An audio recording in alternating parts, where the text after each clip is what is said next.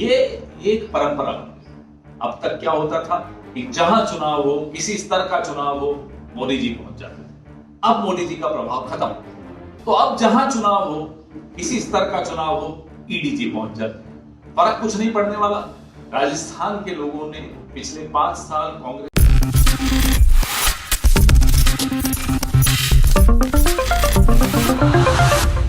Next 9 news में आपका बहुत बहुत स्वागत है। मैं हूं आपके साथ अबरारुल हक रहमानी। राजस्थान की सियासत में कई बड़े हेर फेर देखने को मिल रहे हैं। दरअसल राजस्थान में इस समय जो है कई चेहरों के बीच राजनीतिक जो दावत है वो लगातार बढ़ रही है, क्योंकि प्रदेश में कांग्रेस पार्टी के मुखिया जो हैं गोविंद सिंह डोटासरा, उनके ऊपर ईडी की कार्रवाई होती है।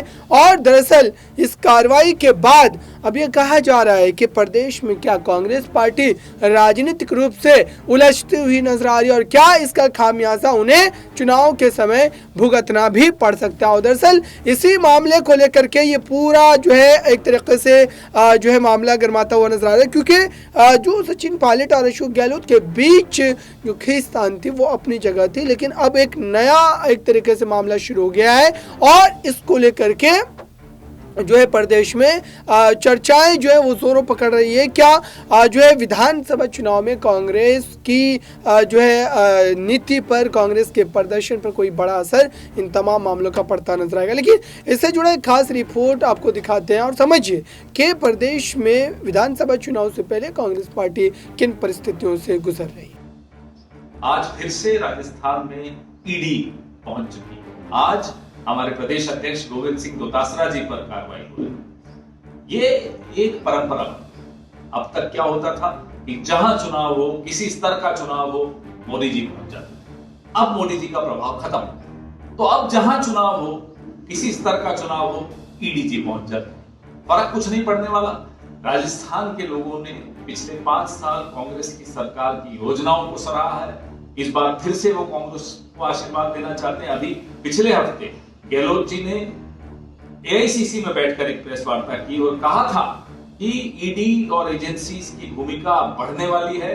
उन्हें समझ में आ गया था कि जो कुंठा भारतीय जनता पार्टी में है, हाल को लेकर भारतीय जनता पार्टी इतनी आश्वस्त है कि तुरंत ईडी, इनकम टैक्स, सीबीआई को राजस्थान में छोड़ दिया। अभी कुछ योजनाएं घोषित हुई थी। प्रियंका गांधी जी अभी राजस्थान कल गई, उन्होंने अच्छी घोषणाएं की। उन घोषणाओं का असर यह है कि सुबह सुबह आज ईडी की दस्तक हो गई। खैर, राजस्थान के लोग सब कुछ देख रहे हैं।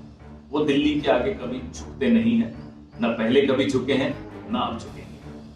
तो आपने देखा दर्शकों, लगातार हम जिस बात को लेकर के चर्चा कर रहे हैं या फिर अशोक गहलोत के उन दावों को लेकर के तमाम पक्ष रखे जा रहे हैं और ये कहा जा रहा है कि अशोक गहलोत इस चुनाव में जो है अपनी जीत को सुनिश्चित करने के लिए तमाम हरबों का इस्तेमाल कर सकते हैं। फिलहाल इस खास रिपोर्ट में बस इतना ही। जुड़े रहें बड़ी खबरों के लिए नेक्स्ट 9 न्यूज़।